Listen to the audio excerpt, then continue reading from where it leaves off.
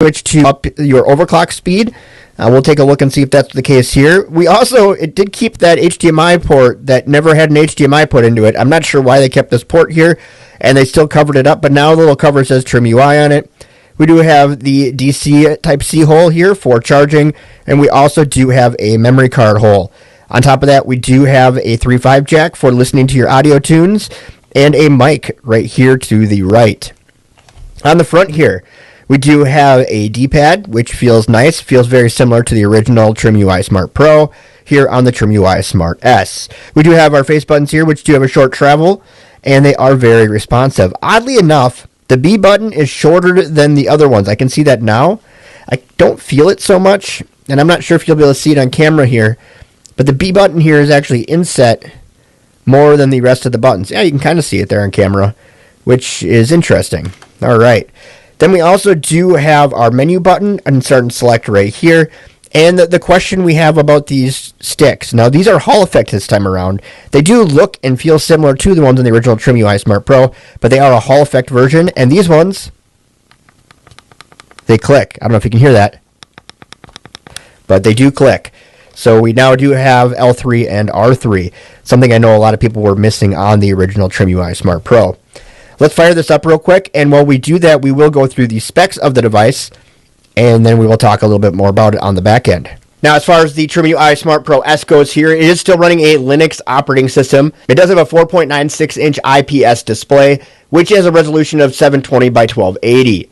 Its processor is the Allwinner A523 at 2 GHz, and its GPU is the Mali G57MC1 at 740 MHz. There is 1 GB of LPDDR4X RAM, and it does have 8 gigs of onboard storage, along with the ability to add a memory card. Lots of different I/O and possibilities with this particular handheld. And today's going to be more of a first look video, and then we'll come back and we'll circle around here shortly once we get a little bit better feel for the device. I just got this in my mailbox a couple of hours ago. Other than charging it and just testing out a couple of games to make sure it worked, I haven't got to spend a whole lot of time with it yet, but it already feels right at home. It really does feel like I'm playing with the original Trim UI Smart Pro all over again, and there's already a lot to love about it. Now, with the A523 processor on here, we should be able to play games like God of War at like 2 to 2.5 times the normal resolution, which is pretty cool. They'll be playing on a PAL-ROM around 50 FPS, but that's pretty awesome in order to be able to get extra performance out of games like God of War that everybody is in love with. Part of that also is the Mali G57MC1 GPU. It does do a pretty good job of powering through some of these things. It would have been nice to have seen 2 gigs of RAM in this updated version, but we know how much RAM costs right now, and that probably would make this handheld unaffordable. The triggers in this particular device here, the Trim UI Smart Pro S, or the TSPS, right? Trim UI Smart Pro S, yes.